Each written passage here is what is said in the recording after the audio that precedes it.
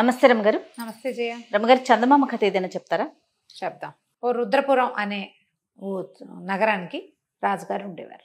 ఓ రాజు, ఆయనకి చాలా కాలం పిల్లలు పుట్ల. పూజలు, పునస్కారాలు, తీర్థాలు, క్షేత్రాలు ఎన్ని తిరిగారో, ఎన్ని పూజలు చేశారు, హోమాలు చేశారు, అవి చేశారు, ఇవి చేశారు, సంతానం కలగలేదు. ఊళ్ళో జనమంతా వారసుడు ఎప్పుడు వస్తాడని ఆ నగర ప్రజలంతా చూసుకుంటూ ఉండేవాళ్ళు. అయితే రాజుగారి భార్య ఎప్పుడు దిగాలుగా ఉండేదిట, పిల్లలు కలగలేదని. ఆ దేశంలో రాజుగారు ద్వితీయ వివాహం చేసుకునే విధానం లేదు, లేకపోతే ఇంకో పెళ్లి చేసి పారేసేవాళ్ళే. అదే కదా, అక్కడ అది లేదు. ఈవిడ ఇలా దిగులుగా ఉండి ఒకరోజు ఏమైందట, ఉద్యానవనంలో ఒక్కతే ఒంటరిగా దిగులుగా మధ్య మధ్యలో కళ్ళనీళ్ళు పెట్టుకుంటూ తిరుగుతుంటే ఒక ఎండిపోయిన చెట్టు కింద, ఎండుగా ఉన్న చెట్టు కింద ఒక ముసిలి మామ కూర్చుందట. బోసిపళ్ళు, పళ్ళు కూడా లేవు, మహాముసలిది ఆ చెట్టు కింద కూర్చునుంది. ఈవిడిని చూసి అడిగింది, ఏమమ్మా అంత దిగులుగా ఉన్నావు అంటే, ఈవిడ తన గోడంతా వెళ్ళబోసుకుంది. ఏం చేయను, సంతానం లేదు, ఎన్ని పూజలు చేసాం, ఆ ఊరు వెళ్ళాం, ఈ ఊరు వెళ్ళాం, గుడికి ముఖ్యం, గోపురానికి ముఖ్యం, సంతానం కలగలేదు. ఎవరైనా బాగున్నావా అని అడిగితే, ఇంకా ఇలాగే ఉన్నావా అని అడిగినట్టే అనిపిస్తోంది నాకని ఇట్లా గోడంతా చెప్పుకుంటే ఈవిడేం చేసింది, బాగా ఆలోచించి ముసలావిడంది, అమ్మాయి మరే మీ ఒక బంగారు పాత్ర తీసుకొచ్చి ఈ ఉద్యానవనంలో చివరిగా ఈశాన్య మూలగా సూర్యుడికి పాత్రను చూపించి బోర్లే. ఒక రోజు ఆగి దాని మూతతి 2 పువ్వులు ఉంటాయి, దాని కింద 2 పువ్వులు పూస్తాయి. ఒక చెట్టు 2 పువ్వులు పూస్తాయి. ఆ పువ్వుల్లో తెల్ల పువ్వు రెక్కలు తింటే మగపిల్లలు పుడతారు, ఎర్ర పువ్వు రెక్కలు తింటే ఆడపిల్ల పుడుతుంది. 2 రెక్కలు తినద్దు, ఏదో ఒక పువ్వు రెక్కలు తిను, నీకు సంతానం కలుగుతుంది అని చెప్పింది. సరే, ఈవిడేం చేసింది, లోపలికి వెళ్ళి స్నానం చేసి పూజ చేసుకుని ఒక బంగారపు గిన్నె పుచ్చుకొని దీంట్లోకి వచ్చింది, ఉద్యానవనంలోకి వచ్చింది. వస్తే ఈశాన్యంలో ఒక చిన్న గింజ ఒకటి మొలకెత్తుతూ కనపడింది, ఖాళీగా ఉంది. ఆ మొలకెత్తుతున్న గింజ మీద ఈవిడ గిన్నె బోర్లు ఇచ్చేసింది. సూర్యుడికి చూపించి దండం పెట్టుకుని సూర్యుడికి ఆ పాత్రని బోర్లు ఇచ్చింది. మర్నాడు పొద్దునొచ్చి పాత్ర ఇంట పైకి తీస్తే ఆ చిన్న నిన్న మొగ్గ ఊరికే ఇంత గింజ ఉంది కదా, అది ఇంత ఎత్తున మొలిచి అంత అయ్యి దానికి 2 పువ్వులు ఇట్ట పూసినాయి. ఆశ్చర్యపోయింది. చూస్తే ఒక ఎర్ర పువ్వు, ఒక తెల్ల పువ్వు, మహాముద్దు వస్తున్నాయి, ఎంత ముద్దుగా ఉన్నాయి, బుజ్జి పువ్వులు. ఈవిడేం చేసింది, తెల్ల పువ్వు రెక్కలన్నీ తుంపి నోట్లో వేసుకుంది.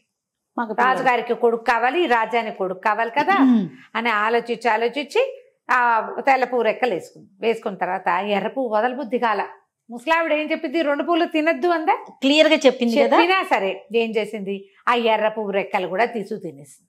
అయ్యో, గిన్నె పుచ్చుకొని లోపలికి వెళ్ళిపోయింది.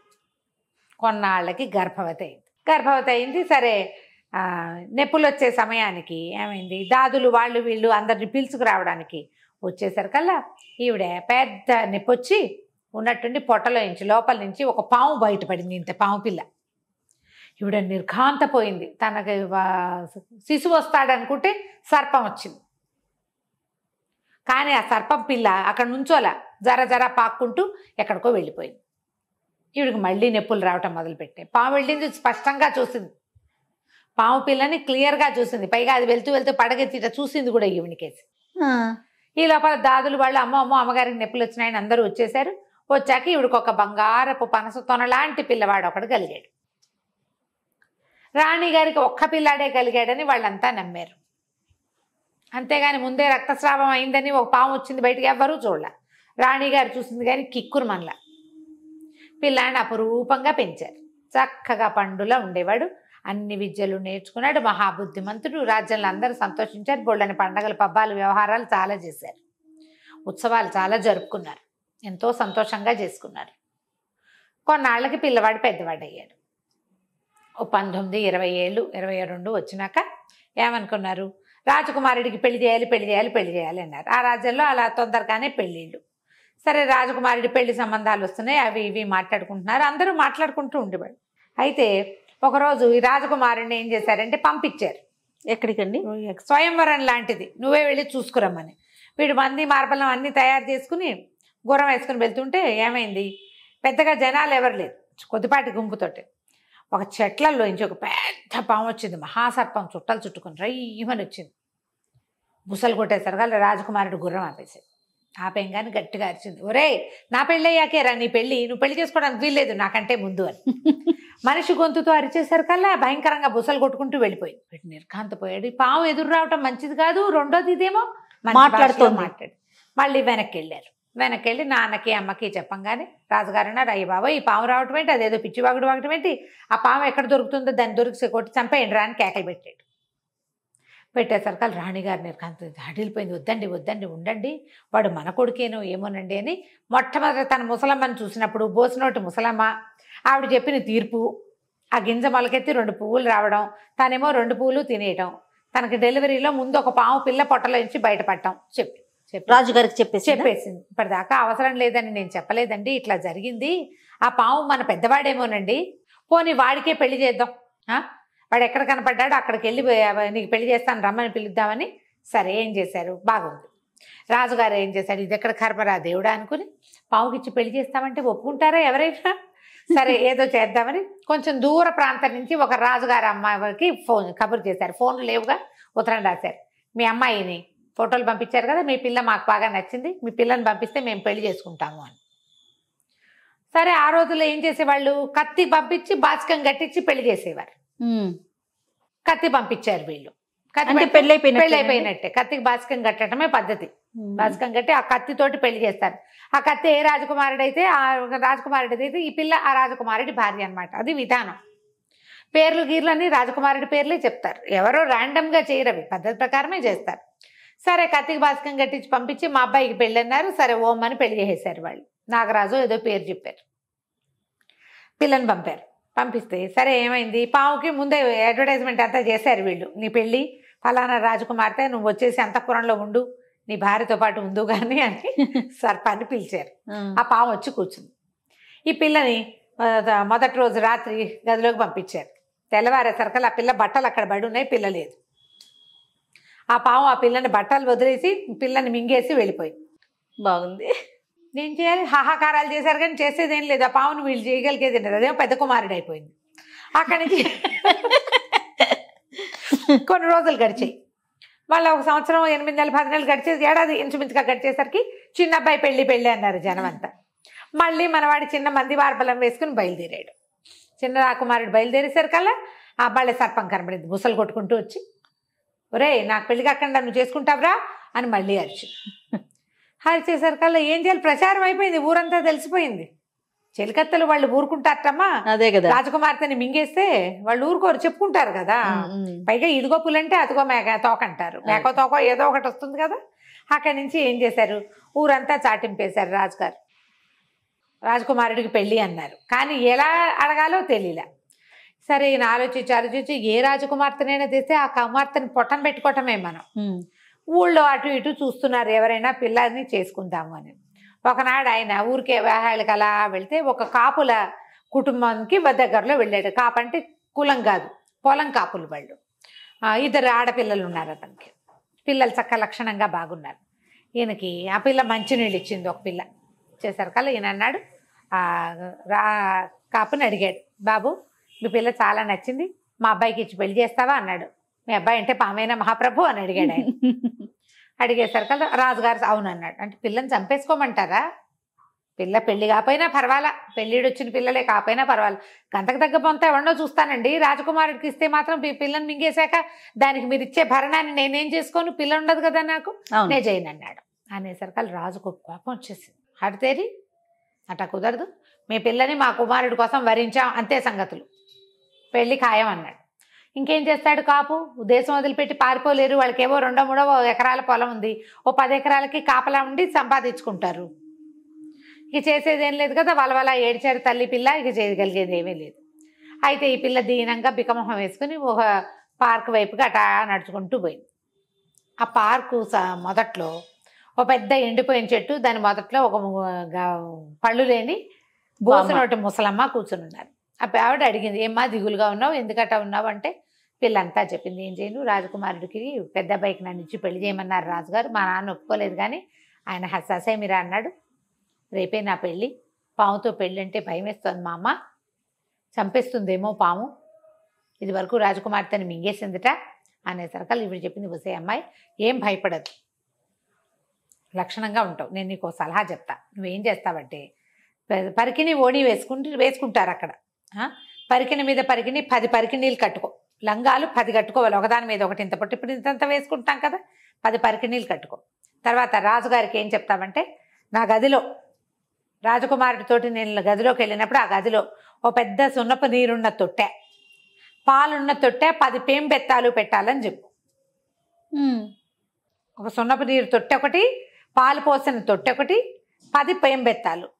ఇవి లేకపోతే కుదరదని చెప్పు. వాళ్ళు కూడా ఒప్పుకుంటారు, అవన్నీ పెట్టిస్తారు. నువ్వేం చేస్తావంటే 10 లంగాలు కట్టుకున్నావు కదా, నువ్వు లోపలికి వెళ్ళాక సర్పం మాట్లాడుతుంది నీతోటి, లంగా విప్పు అంటుంది. నువ్వేమంటావు అంటే, నువ్వు నీ కుబుసం విడిచేసేయి, అప్పుడు నేను లంగా విప్పుతాను అని చెప్పు. వస్త్రం విడిచేయమని చెప్తుంది అది. ఓకే. వస్త్రం విడిచేయమంటే నువ్వు కూడా నీ వస్త్రం, పాముకి వస్త్రం ఏంటి, దాని కుబుసం విడిచేయమని చెప్పు. విడిచేస్తుంది. మళ్ళీ నిన్ను విప్పమంటుంది. నువ్వు ఇంకోటి, నువ్వు 10 లంగాలు కట్టుకుంటావు. పాముకి అతి కష్టం మీద 7 లేదా 8 కుబుసాలు ఉంటాయి, పల్చటి పొరలు.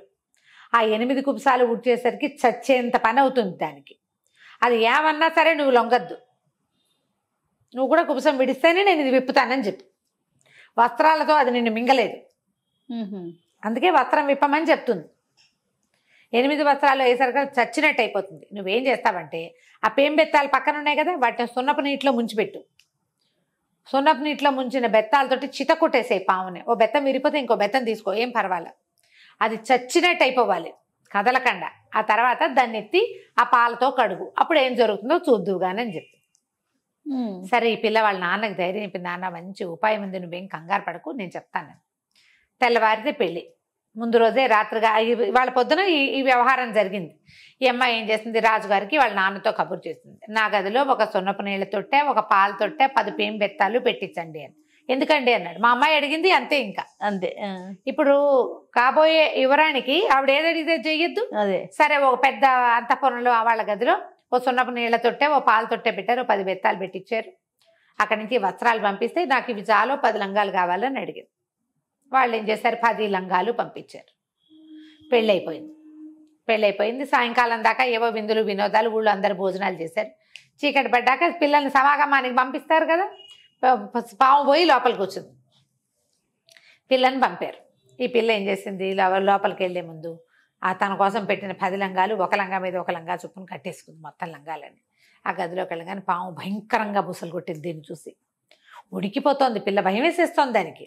కానీ ఏమన్నది, నిశ్శబ్దంగా నుంచి పాము గట్టిగా అరిచింది, లంగా విప్పేసేయి అని, వస్త్రం విప్పేయమని అరిచింది.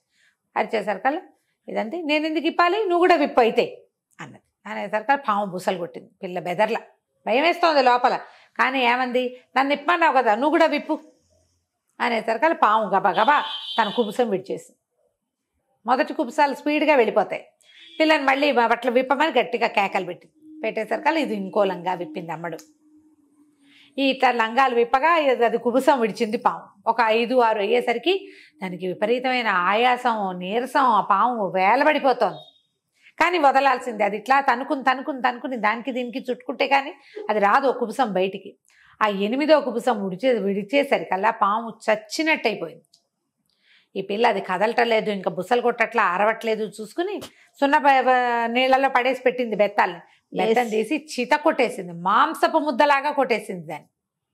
2-3 కర్రలు విరిగిపోయినాయి.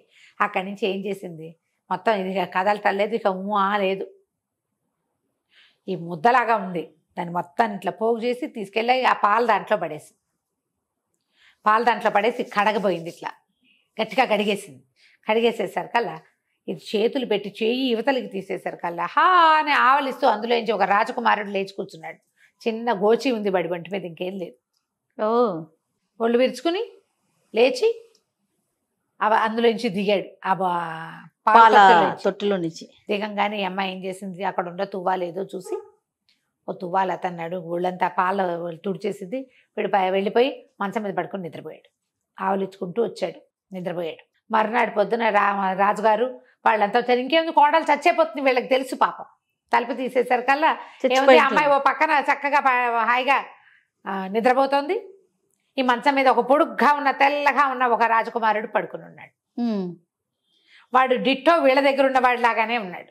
అందరూ ఆశ్చర్యపోయారు. రాజుగారు రాణిగారు చాలా సంతోషించారు. కుర్రాడిని నిద్ర లేపితే అమ్మ నాన్న తమ్ముడు అని మామూలుగానే ఉన్నాడు వాడికి ఇవన్నీ తెలుసు. ఓహో. ఆ సర్ప రూపంలో అక్కడక్కడే తిరుగుతూ ఉండేవాడు. వాడికి చెలికత్తెలు తెలుసు, దాసదాసిగణం తెలుసు, సైనికులు తెలుసు, ఇత్తన పెళ్ళామని తెలుసు. అక్కడి నుంచి రాజకుమారుడికి చక్కగా జలకాలు ఆడిచ్చారు, మంచి వస్త్రాలు కట్టబెట్టారు. వాడి శాప విమోచనం అయిపోయింది. ఆ ముసలమ్మ వద్దన్నందుకు చేసినందుకు వాడికి ఈ పని అయిందనమాట. అవునవును. అక్కడి నుంచి రాజుగారు చిన్న అబ్బాయి అన్నాడు, నాన్న ఎంత పని చేసింది వదిన, చూడు మన అన్నయ్యని మనకి సజావుగా సర్పరూపంలో ఉన్నవాడిని మనిషిని చేసింది. ఇంతకంటే గొప్ప భార్యను నేను ఎక్కడ తెచ్చుకోగలుగుతాను? వీళ్ళ చెల్లెల్ని నేను కూడా పెళ్లి చేసుకుంటా. కాపు అమ్మాయే మనకి రాజకుమార్తెలు అక్కర్లేదని ఆ కాపుగారి రెండో కూతుర్ని రెండో రాజకుమారుడు పెళ్లి చేసుకున్నాడు. ఓ, కథ కంచికి మనం ఇంటికి. చాలా బాగుంది రమ్మగారు. నమస్తే. నమస్తే జయ. సుమన్ టీవీలో మీ పర్సనల్ అండ్ బిజినెస్ ప్రమోషన్స్ కోసం కింది నెంబర్కి కాంటాక్ట్ చేయండి.